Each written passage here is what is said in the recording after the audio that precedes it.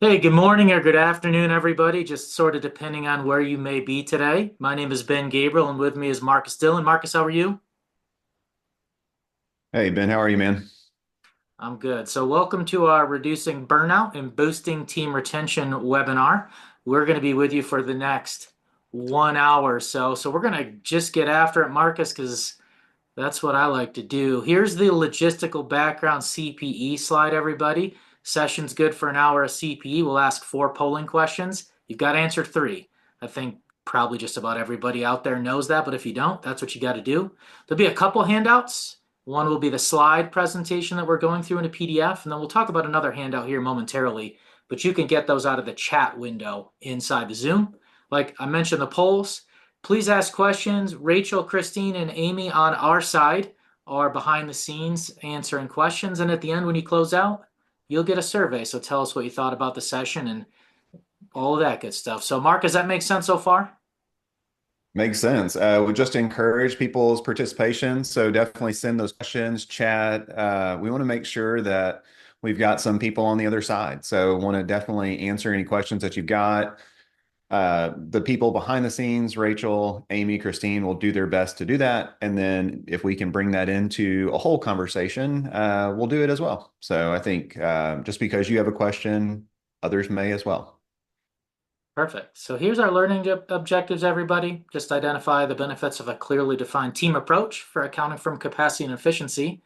And certainly we'll be talking about burnout and team retention as we go here, and list the roles and responsibilities of each member of the team of 3. So if you're not familiar with that term, by the end of this, you'll definitely be familiar with that term. So the other download that I mentioned, besides a PDF of the slide presentation, is just one of our resources. So if you're a collective member, this is a resource you have access to. If you're with us and you're not part of our membership, can actually download this resource as well. It is a single page PDF about the team of 3 service model. So you can pull that down out of the chat as well. So those are our 2 handouts for today. So Marcus, here's our agenda. We're going to take it back in time a little bit Yep. to DBA's early days. We'll talk about team of 3 roles, DBA's evolution, and then sort of results or effects of the team of 3 structure. Does that make sense to you? Makes sense, man. All right, so far so good then. Okay, so I assume that this is you.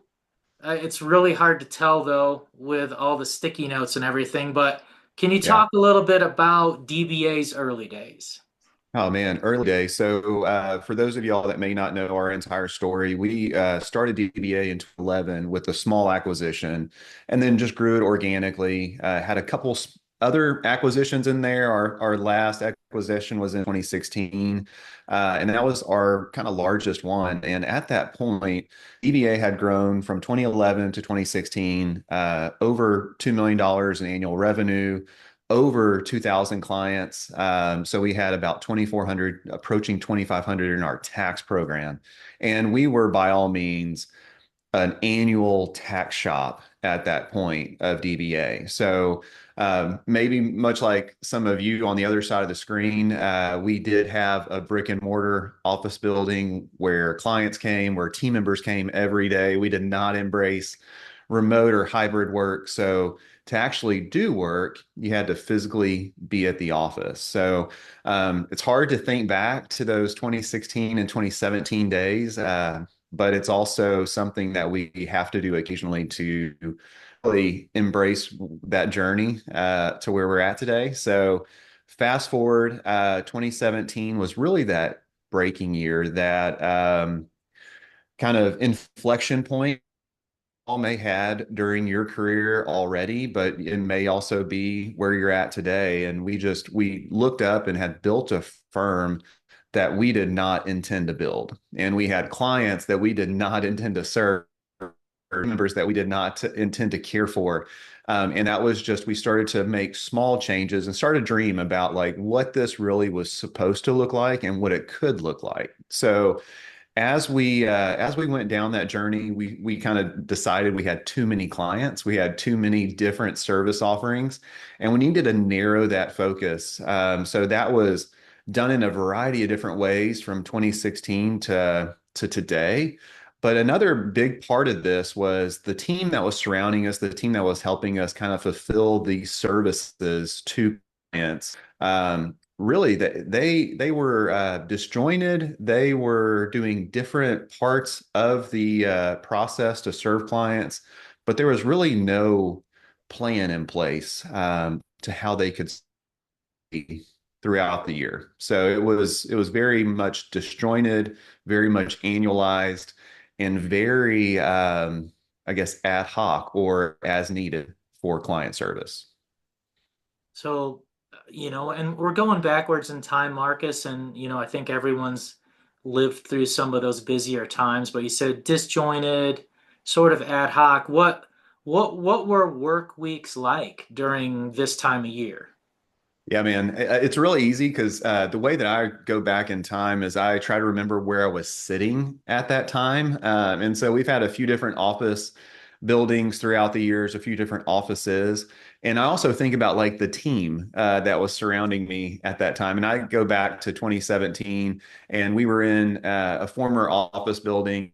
I remember coming to the office daily, showing up around 8 o'clock, 8:30, depending on what my morning looked like, and then taking care of dropping kids off at school or, kind of helping them get on the bus, depending on what was going on. And then you got to work, and then it was like off to the races. And your supporting team during the day, maybe doing some client work, but then if the team is okay, then you can focus on the real work, right? The client work. Not to mention, we were never focusing on working on the business. So it was a full day. Like they were just blurry days, really. You kind of look up and for like, when did it become 5 o'clock or 8 o'clock or 10 o'clock? And the team members, they were there as well. So we had a lot of young professionals, people that were also supporting young families. And I remember being in that office and actually physically walking to the door to let people out, to lock the door behind them, make sure they got to their car, make sure that their car started and they left the parking lot because it was dark. It was after hours. And now looking back, I'm so thankful for those team members, right? Because a lot of people just don't work that way now because we've gotten smarter about how we can work. So those days, Ben, were blurry. They were constant. And I think they started about this time, right? Like mid-January is kind of when you came out of hibernation. And then you went to the office, and then before you look up, like there's just been a blur of 90 to 100 days. And then about April 15th, you come out of this office, and it's like the bright lights of sun are there and just blinding, and you're like, what just happened, right? And that's assuming you survived all tax season. You may have some other stuff that comes up. So those days were not fun. We do everything in our control to avoid those days now. And but yeah, it's I wouldn't say it's fun to think back on those days, but it is fulfilling to think that to go back and reference them and then realize we're not there today. Okay, so Marcus, you didn't say this word as you were talking about that time. Yeah. You used some other I was word. saving that word for you, man. I knew you would want to say it. So Well, I said it at the beginning. It's part of the title of our session. It's part of something that we're talking about here. But so this is just a comment off of Reddit. I don't know if people use Reddit, one of those, type of social media platform. But this person is saying, I'm okay with burnout at this point. It's an old friend after 20 years in public accounting. The thing that always wrecks me is the hangover postseason when I don't know what to do with myself. yeah. And does it have to be this way, Marcus? And that's probably a bit of a leading question, right? Does it have to be this way? So, you know, can you talk a little bit about? I mean, I've got some work related causes here, but can you talk about did you feel that word? You know?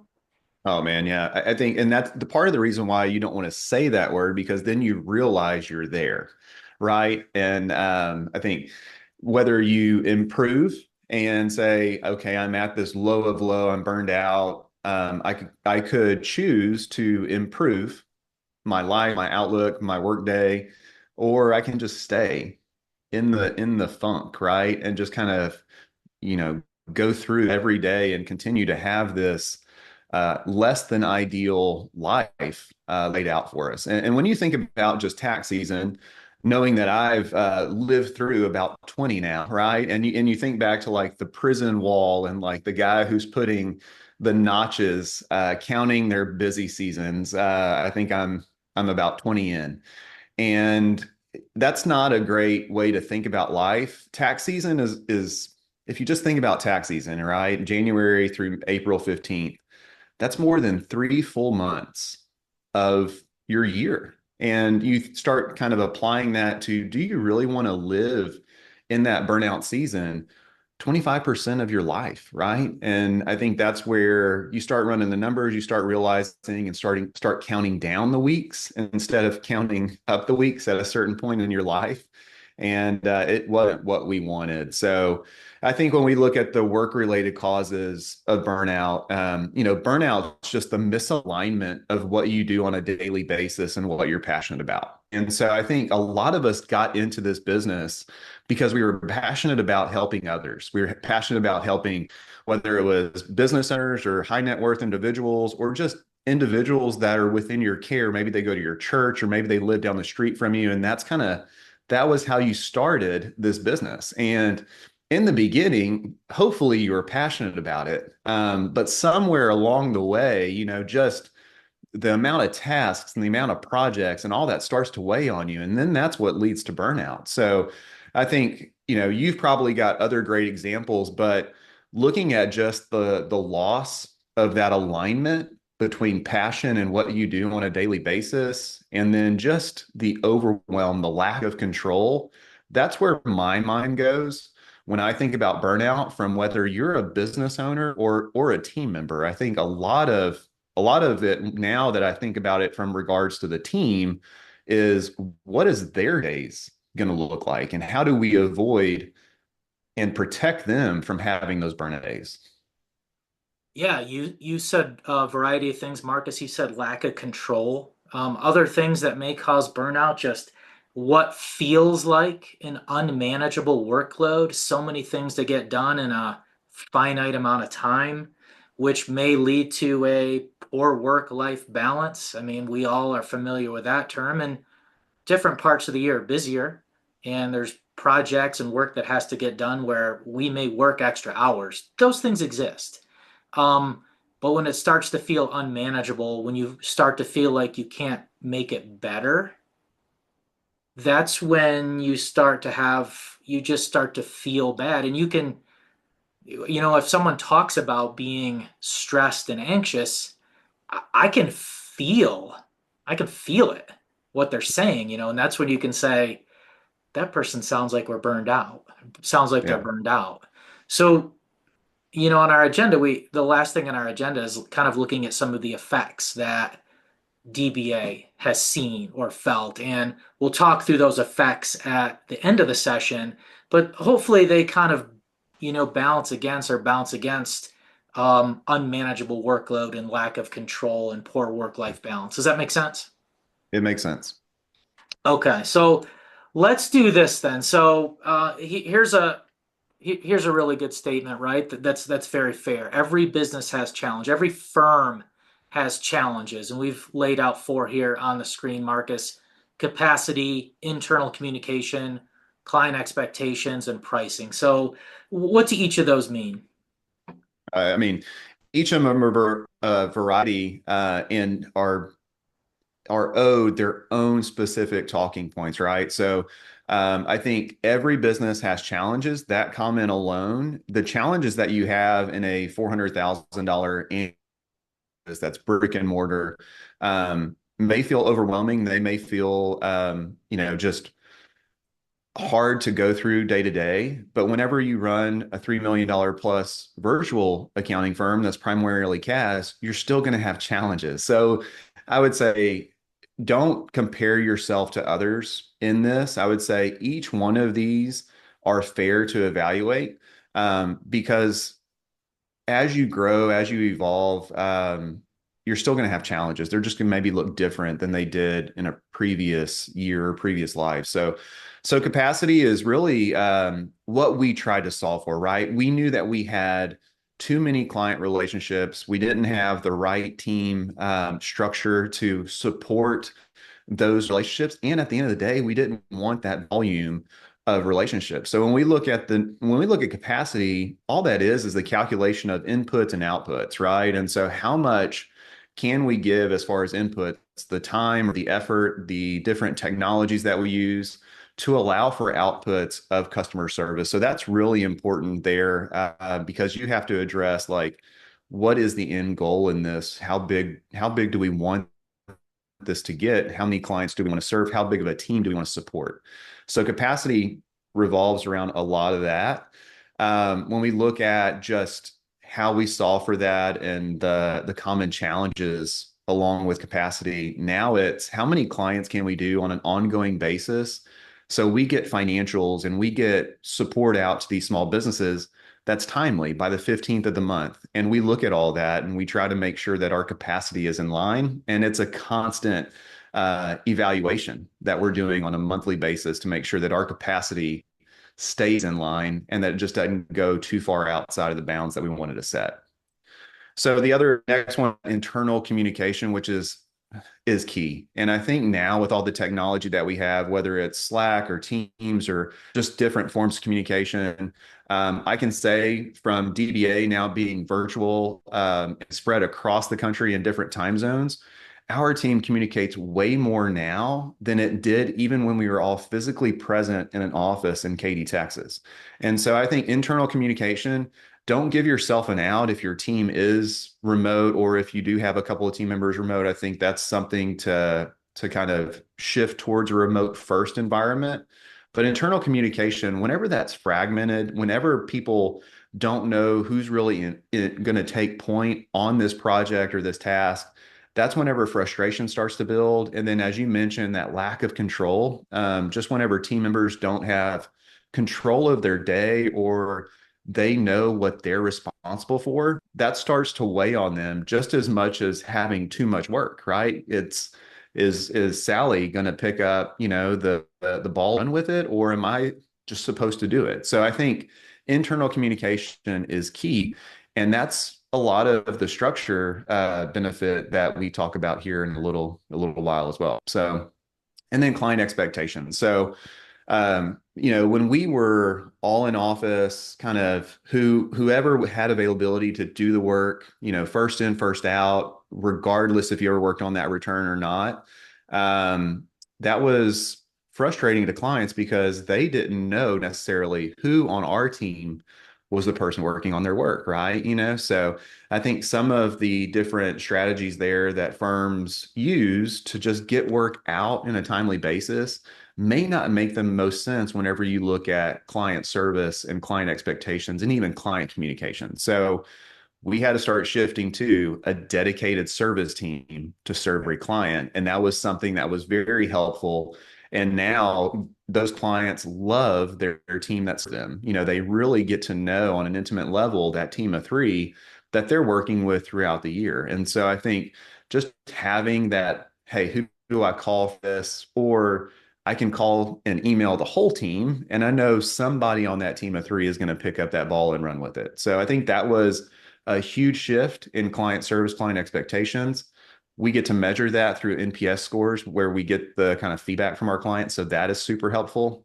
And then pricing, right? We're all trying to get pricing correct. And as some of us have said before, pricing is an art form. Pricing kind of goes alongside the value that you bring to clients. You want to make sure that you're within market as well. And there's a variety of different pricing strategies. So for us, we knew that as we set this budget, we kind of adjusted capacity because we didn't want too many clients. We wanted just enough to make sure that we were doing what we were called to do and being good stewards of the business and taking care of our team on an appropriate level. We knew we wanted to embrace kind of these internal communications and workflows and have technology at the core of our practice and set a high standard for service, including having at least three team members, touch that budget of that client project throughout the month. Right? And to do so, you have to make sure that it's priced right. And so I would say all four of these can be challenges that need to be worked through, but each of them do impact burnout. They do impact employee retention. And once you kind of start adjusting and evaluating and fine tuning it for your business, hopefully you will see improvement in burnout and retention. Yeah, so we're gonna do a. I'll take us to our first poll, Marcus. So at the beginning, you talked about disjointed. What we're gonna really spend the balance of our time here is what I'd say is the opposite of that, which is structure. So we're gonna go into how structure can lead to, and I'll get that poll up in a second here, everybody. How structure can lead to more control and more consistency. So here's the first poll, everybody. It's just on capacity here. So in terms of capacity, um, make your selection here in terms of, and obviously, we have just a limited number of questions or responses, but you know, where are you in general around capacity? And you can go with the answer depends answer at the end. So, Somewhat still the new term. Yeah. Capacity is still somewhat of a newer term, but I think it applies to any professional service. And the cool thing, Ben, is once we've started figuring this out for TBA, we get to have those capacity conversations with our clients, right? Like, what is the right amount of capacity for your business? And it just helps us to be better advisors. all right, Marcus, I'm going to close the poll up and just put the results up here. So we kind of have people in, gosh, all different buckets. Below, at, over, not sure, depends. So that probably makes a ton of sense out there. Okay, so let's go on here. So let's start talking about structure, Marcus, Yeah. and team of three. So here's the definition that we have. It's a structure for accounting firms that allows teams to offer high value year-round accounting and advisory services without mandatory overtime. So that kind of gets to that manageable workload, Yeah. Marcus, that is a buffer against a potential cause for burnout. So can you talk about each of the roles in the team of three? Yeah, so team of three, really easy. It's made up of three folks at DBA or the firm. I know a lot of firms have started to adopt this and kind of use it on their own. And they probably are using some form of this. They just didn't formalize, some of the names or roles like DBA did. So the first role is client service manager. They just connect that directly to a bookkeeper, an accountant, or just a seasoned person that can keep things current. And so what we like to say is that CSM is in charge of the present. They're in the client file. They're making sure that things are posted timely. They're really having the most interaction with clients. They're the ones accepting bank feeds and QBO. They're also doing reconciliations. They're asking clients about uncategorized transactions and just making sure that things are good and clean. So then that next level up, that client controller, that may be a reviewer, a manager. In our case, that client controller is responsible for tax compliance. So they may have a tax manager background or a heavy tax senior, and they're going to be really supporting the CSM. They're going to come alongside the CSM on a monthly basis and just throughout to answer questions, make that the CSM is supported with any tax strategy, making sure that all the compliance is done, any tax filings, any tax projections. And then that client controller, they're going to issue those monthly financials with voiceover commentary to clients. So they're going to be the person that kind of comes alongside, really gives the voice to the relationship as far as like, hey, here's where you ended up. Let's jump on a call if you have any questions. And when you think about how the client service manager is in charge of the current, then the client controller is in charge of the past. So we covered present or client service manager, past, present, past is client controller, and then thinking about the future is that client CFO. So a lot of times in firms, the client CFO could be a partner, a director, senior manager or above. Really, that's managing the whole team. They manage, multiple client service managers. They manage multiple client controllers potentially. And they're really having those big conversations with clients about strategic plan, not going over the results like a client controller would, but they're really helping the client brainstorm about what's possible in their business or possible as it relates to just different strategies if it comes to finance or tax. Got it. So client service manager present, client controller past, client CFO future. Fair? Yep, you got it. Okay. So now we're taking a little bit of a zoomed out approach, total team approach here. So we would call this a pod. Is that right? Right. Yeah. And pod-like structures. So it's supported, as mentioned, a client CFO could support multiple team members. What we would consider this is a full pod, if you will. So if you've got full-time equivalents and what revenue carry could be, we've calculated all that revenue carry and things like that. And those are resources available in the collective community, but we can also point to that later in this conversation. But yes, Ben, this is a full pod. And each team, each member of three, a CFO, controller, and a CSM, we refer to that as a leg of a pod. So each individual team would be a leg. But as you see, like this is how the structure and kind of things support. There's also additional benefits in this where you might have career kind of trajectory, like people can see how they can move up throughout the organization. But I would also just say, we have a lot of team members, we have a lot of working parents that for a certain stage of life, they are settled in a certain role and they just want to make sure that they do great work as a CSM, as a controller, as a CFO. And this structure gives them that opportunity to do that. And so I think that's where a lot of times, maybe an owner is so focused on growth that they want to pull everyone with them. You really need to know your team, especially when we talk about retention, and make sure, given their stage of life, where they're at today, where do they fit best within a structure and where do they see themselves maybe now and in the future? So those are important conversations to have. And I think it helps a lot when you have a structure and defined roles to support that team member and make sure that they know that they have a path or that they just have a place on the team. Yeah, I mean, every person's different, to state the obvious. People are three-dimensional. What they want may be different than what their peers want. What they need or they want now may be different than what they want in the future, but having a defined structure gives me something to look at and say, okay, there are other roles in the firm. There are these roles in the firm that I could look at or aspire to. And I think people like looking at potential future opportunities, even if they're not ready for them now, or maybe they will never be interested. And that really goes back to each person. So does that make Yeah. sense? Well, and I think when it gets to team member retention, right? And that was part of what we wanted to cover today. Just having a plan, right? Even if it's a loose plan, even if you make sure that you're communicating that plan and figuring out with your team, right? You don't have to have all the answers today, but hey, here's a structure that we could follow.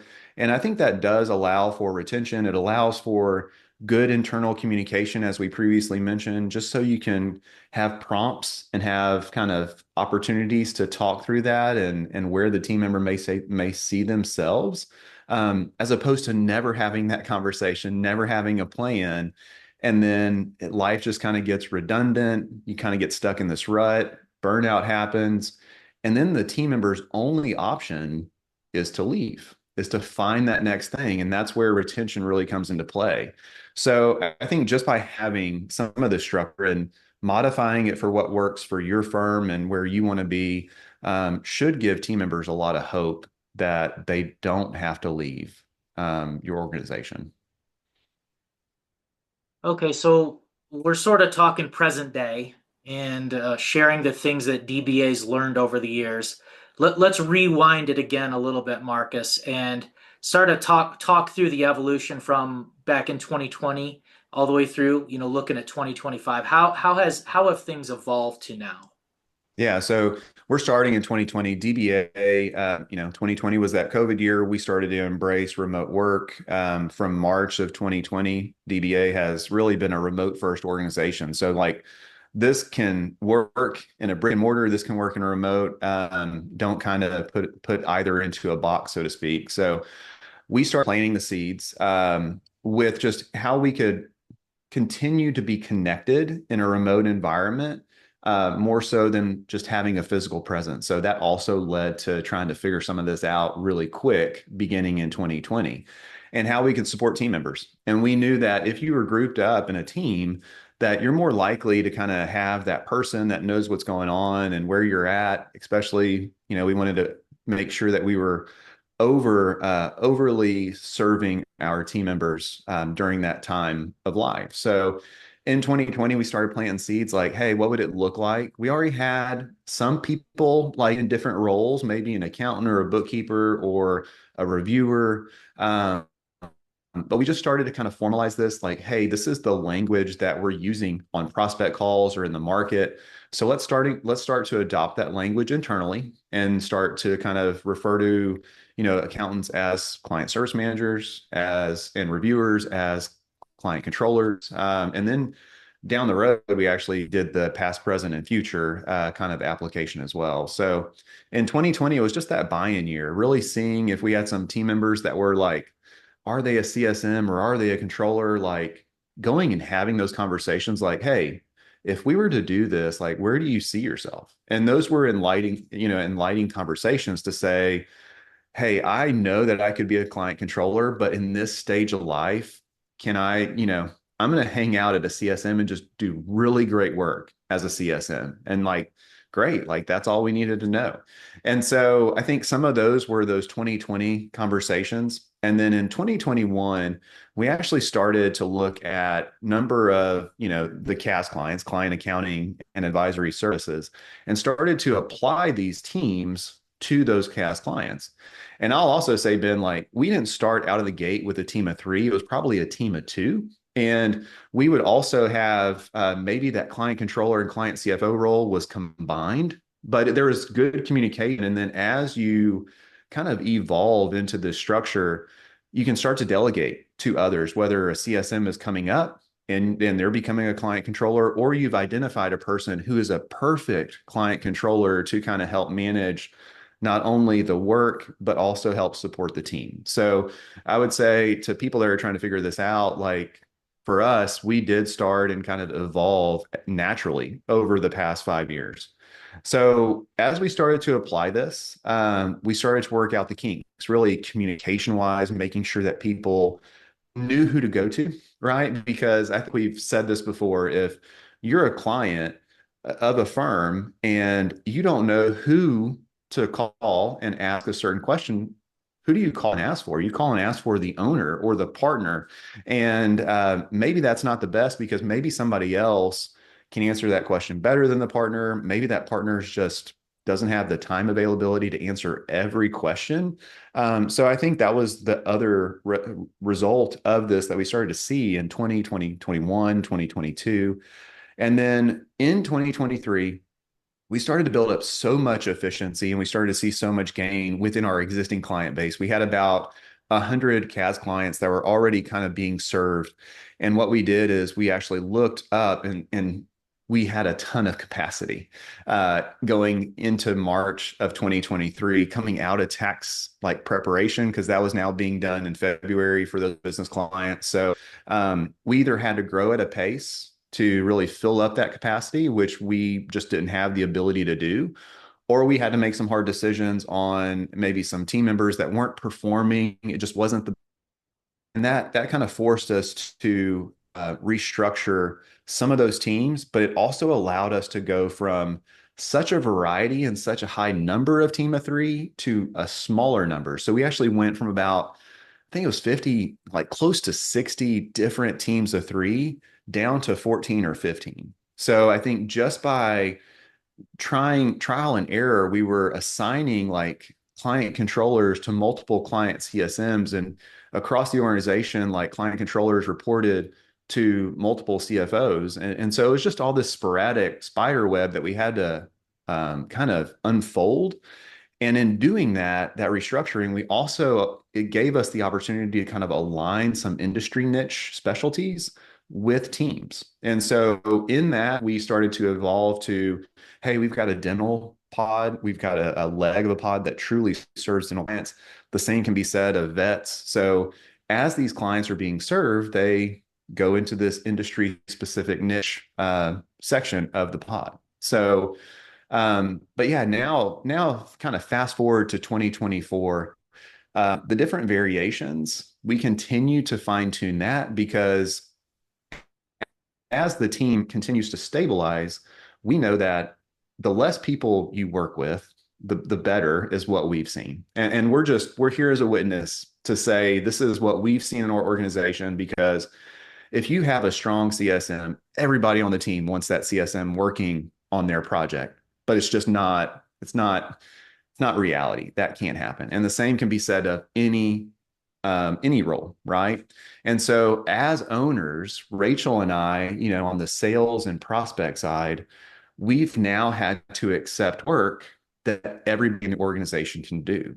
You cannot go out and accept only work that your most technical, strongest CPA can do because that person already has more than enough. That was another shift that we saw in this is actually accepting work that the whole team could do, not just one or two individuals. And so fast forward to 2025, I would say that, like with pods, one of the negative downsides of pods is just growing and evolving pods. And so in 2025, we do plan to like birth a new pod and outside of, the existing pods that already exist. And so then that's just part of the growth plan, right? And so a few different strategies to fill up capacity that we're looking at, obviously organic growth and the different things that we're doing there. We've also been pretty pretty public about acquisition, inorganic growth to kind of help with that pod growth and opportunity. So I would say 2025, starting a new pod, elevating a CFO or bringing in a CFO, kind of starting to build that.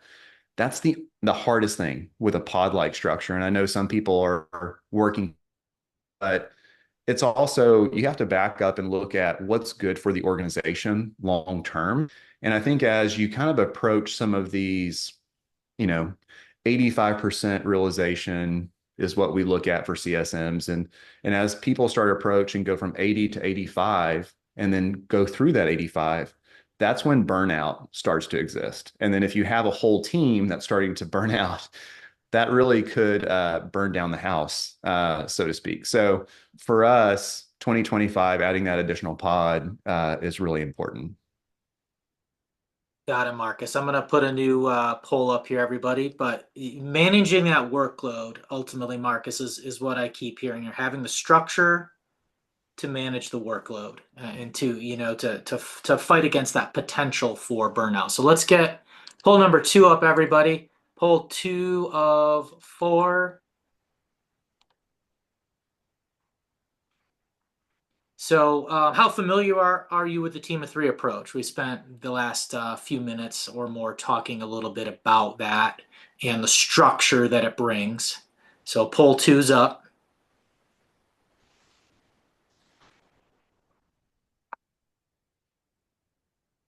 And I'll leave it up for just a few more seconds. So, make sure to vote or answer if you haven't. Okay, I'm going to close up poll number 2. And Marcus, here are the results. Kind of people across the board, but not anybody in the room here that's not familiar at all. Yep, that's great, man. Oh, And I would say like team of 3 and everything that DBA shares and collective shares, right? Like it's just to help you out in your firm. So take it and modify it, kind of fine tune it as you will, knowing that it's, it does have room for improvement. So if you improve it, come back and tell us how you've improved it. Because as mentioned, like there's challenges in a $400,000 firm. There's challenges in a $3 million firm. And I think we're just better together figuring out those challenges and working through them. So, mentioned earlier, Ben, like I'm just here as a witness. Like I've owned a firm for, 14 years almost now. And the really the impact of the team of 3 and really just structure and clearly defined roles and people working in roles and what success looks like in those roles that has been a game changer for us. And so we started to measure this and we looked at 2024. Here's our actual numbers. So 31% increase in efficiency, 15% increase in profitability, and 99% increase in client service. So those numbers may seem crazy to some, but we measure the efficiency with our practice management software. So we're able to see write-ups, write-downs. That's what accountants love, right? Where you can measure utilization and how much capacity exists. So I would say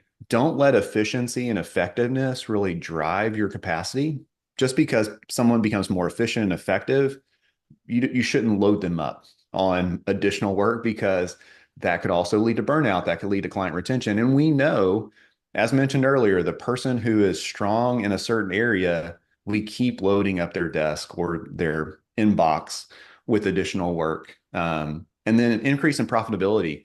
This started to happen in 2023, just looking at the right mix and right level of team. We started to see, okay, like we're starting to see increased profitability as far as team member cost and things like that. And then we also brought in a TOA team member to help supplement just where certain tasks could be done in the background. So we have introduced the CSM assistant now in 2024. That's also helped in productivity and profitability.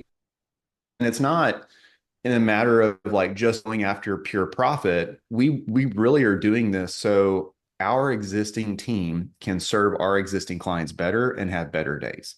And so by having that team member there, that assistant, they can be in the background, they can help support every level, including those CSMs. And those CSMs have the option to delegate work down to those assistants. And I think that's been a really big help. We're looking to build upon that in 2025 with that CSM assistant role.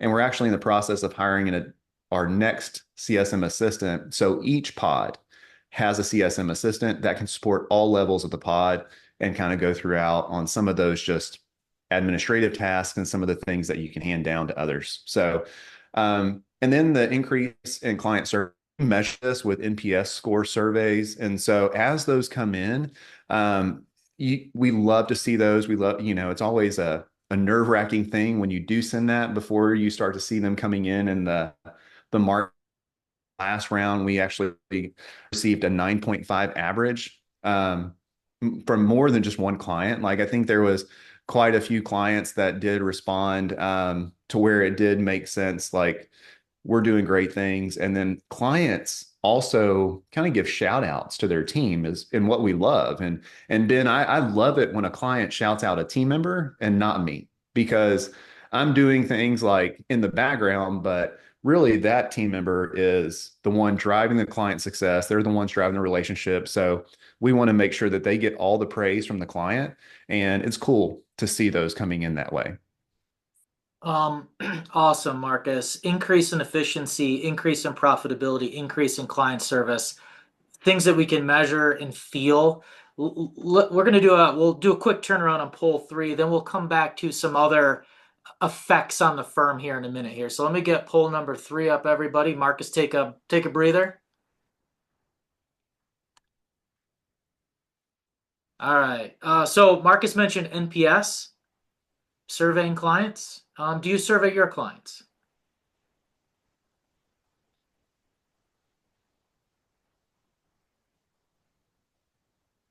So I can't wait to see these come in because, Ben, we used to be so nervous sending out these surveys. And I think now it's becoming more and more relevant. A lot of businesses now do this. Google reviews is a very real thing. So can't wait to see the results. Well, here, I'll put them up here in 2 seconds. Here we go.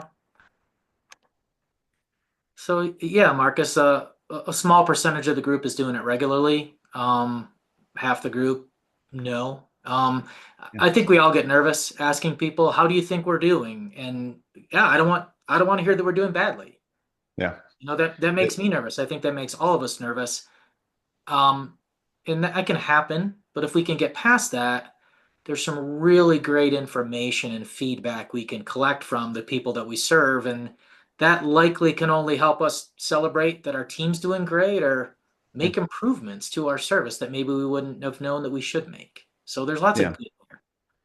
And I would just encourage for those, 50% that aren't currently asking clients how we're doing, would really encourage you to do that for your team.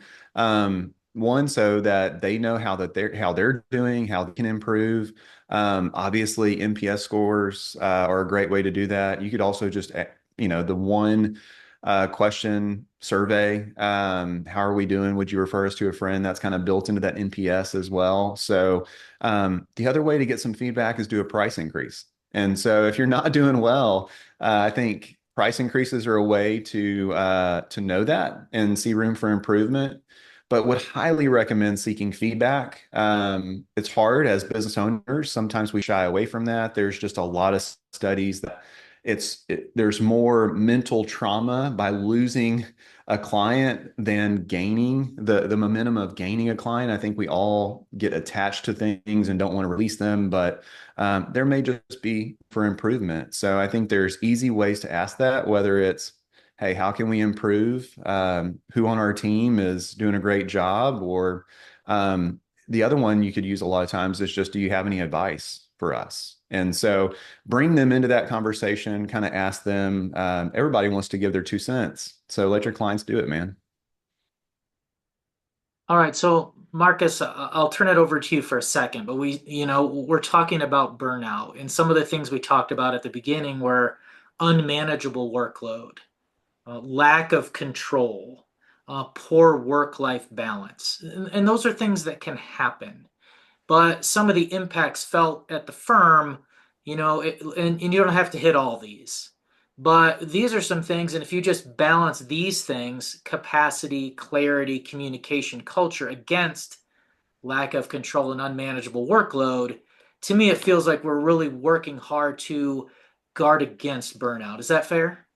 No, you're spot on, man. And so I can say I was running the firm accidentally, right? I was kind of just tripping over myself, and we found a lot of success. By all means, like 95% of the accounting community would have seen us as a success in 2016, even though like we were overall not healthy individually, and just burnout and just overall stress levels were there. So if that's you today, definitely in our thoughts, and hopefully you do take some steps to improve. But, we were coming out of a place where it was more painful to stay than it was pain to improve, right? And so we knew that we had to go through the pain of actually improving and working on, building a business that we enjoy and that was structured the right way. So we also did this for our team. And one of the biggest thing I talk about team a lot because love the people that are on this journey with us and how they support everything we do and what we're able to accomplish. But whenever you place your emphasis on protecting them, right? How do you make sure that they know what a good week will look like? And so what is their workload going to look like? Are they going to get slammed with a project that comes out of left field and just on top the other workload they've already got. So for us, team of three protects the team from a lot of that because they have assigned clients, they have assigned team that they can also help make sure that that client is fully served. If something does come up, they can approach it from a team of three approach versus just an individual approach. So that kind of protects a little bit of just that unknown. And I think that helps answer a lot of the questions with capacity. We're only accepting clients that fit within our ideal service model as far as like coming in the door, right? We still have some legacy clients that aren't in this team of three model. We have refined that list of clients to where it is ideal. We are serving them in ways where we are providing value throughout the year. But, I would say like it doesn't have to be all or none. It can just be room and moving to improvement. So, where we look at capacity, that's that answer of like, we're just not accepting every single project that comes in the door. And that gives our team members a lot of, comfort and security. The other thing that I would say is like the first year with anything is a learning process, right? And we've all been there with software. The first year, you're going to invest a ton of time and try to learn. That second year is really when we started to see these efficiency gains. That kind of goes into that 2023, early 2023 timeline. The tax returns, as if you're in care of the client financials and kind of talking to the client and there's no surprises, those tax returns actually get prepared now in January or the first few weeks of February, and they go out and it's done. And so it's just what's in your control. I mean, we have projects in our practice management software right now that are going out to clients to sign, and those are 2024 tax returns. And so just being there compared to way back when, I remember engagement letters would go out November, December. You wouldn't hear from clients until about Valentine's Day, which is not the kind of Valentine's Day love that you necessarily want. Um, and then that's when it would start. So we kind of delayed even starting tax season until mid-February because we were waiting on the clients to kind of pass us the ball, so to speak. So what's in your control? The team actually, they do a really good job of as soon as one project's done, they know to start next. That way it doesn't build and it doesn't become overwhelming.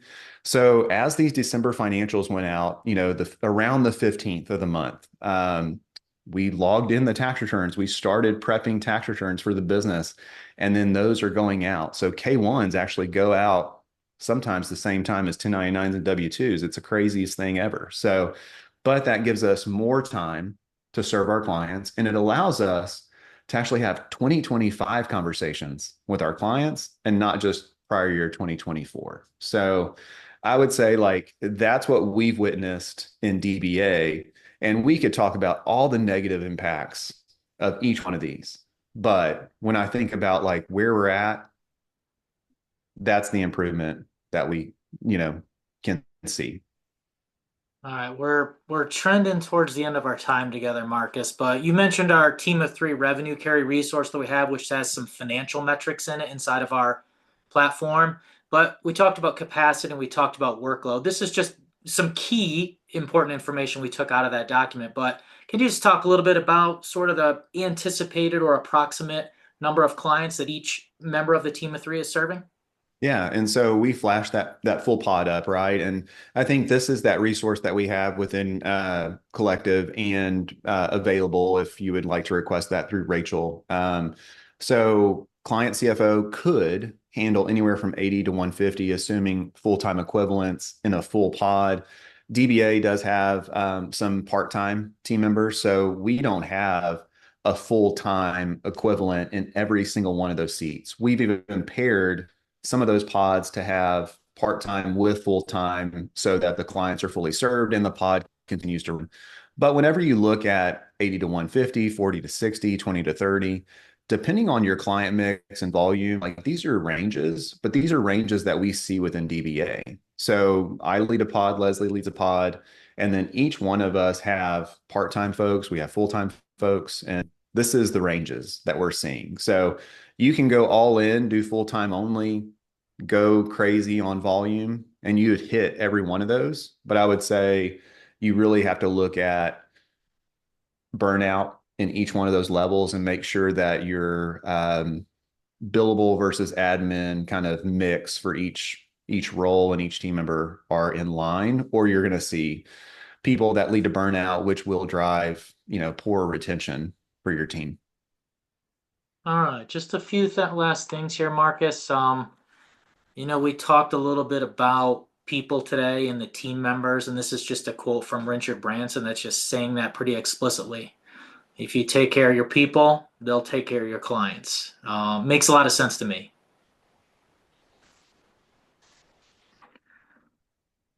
So where can we leave people here? So Marcus, if I'm at least familiar with Team of Three, which I think everyone in the session is here, how do you get started? I would say, regardless if it's team of three or any team structure, it's always helpful to have an org chart, right? And so sometimes you may have to go out to your website and see like who all's on the bus at any given point, or pull payroll to see who's all on the team. But everybody should be represented in a certain role or in a maybe a hybrid role. As we mentioned, like maybe someone's sitting in a CSM controller seat, they could go either way, or maybe someone's in that controller CFO seat, they could go either way. But getting your existing team down on an org chart is helpful. And we used an org chart from DBA where it was like Marcus was in the center and everybody was around Marcus, reporting to Marcus, and that is not healthy. I would say you frustrate team members a lot of times and let people down. I know that I have. So as you can bring people into this, that is totally helpful. So I would say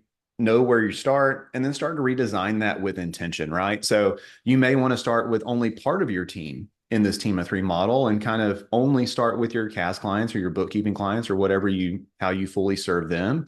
And then over time, you could integrate other team members into it as it builds, or you keep it completely separate. We have, see firms that have tax service lines, CAS service lines, audit review. So, but then the other thing is once you've defined this, once you've rolled it out, share it with your team.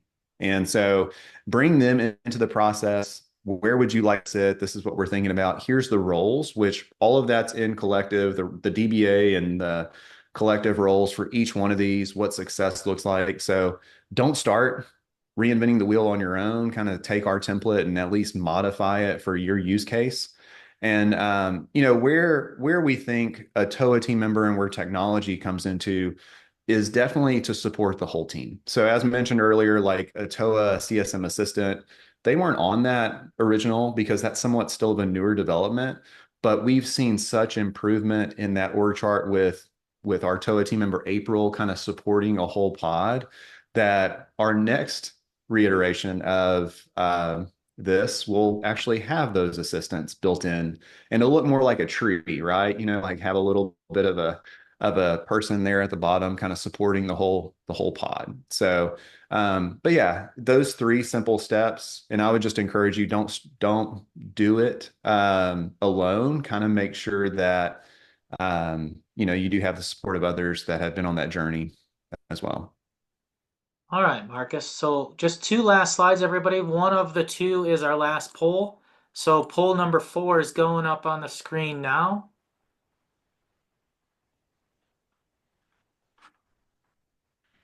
And just an MRR, a monthly recurring revenue question, as we talked about, teams of 3 serving, in the different services and that they're working on month in, month out for their clients, Marcus. So this is our fourth and final poll. What percentage of your firm's revenue is monthly recurring revenue?